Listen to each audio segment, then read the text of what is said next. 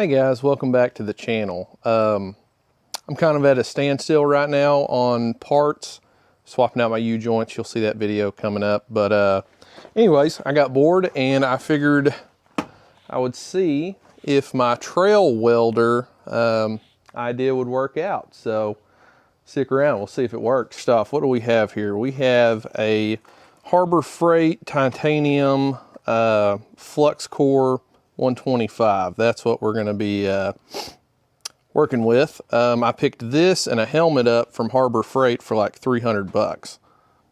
Pulled it all out of the packaging. Let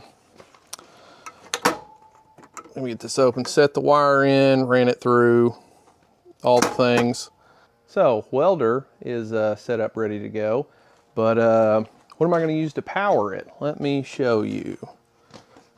So behind my back seat in the GX, I have a Bluetti Elite 200 V2.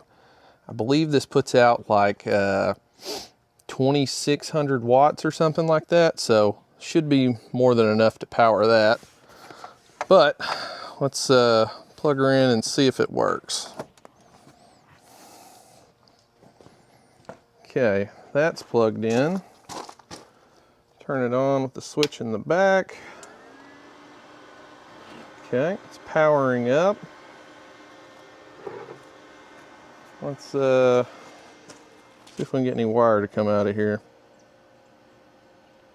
Yep, totally works, but will it weld? Let's get down here and grind us off a little spot to weld and a little spot for the ground.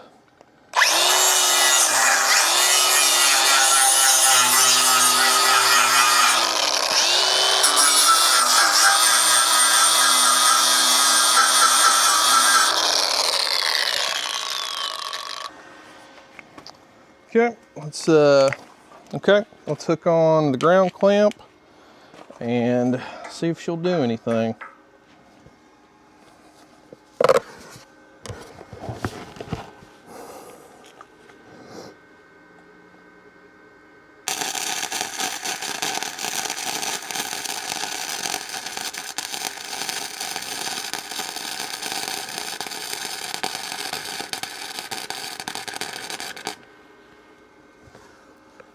Well, I'd say it totally works.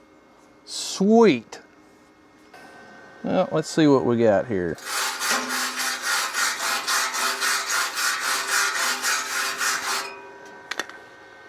It does indeed weld. Terrible weld, but that was more or less just to see if it would work. Let's do some more.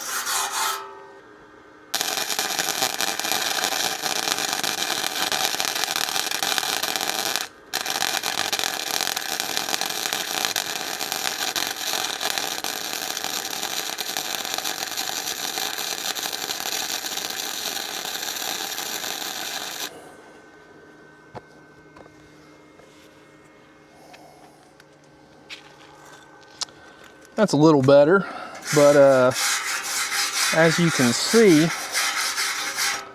it does indeed work.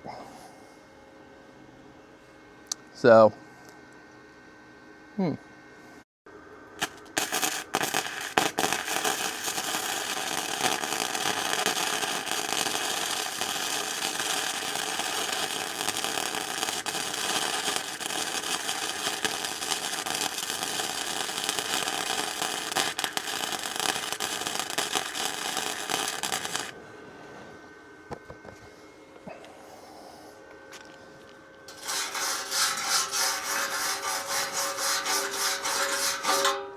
yeah, looks like it'll weld the gap together.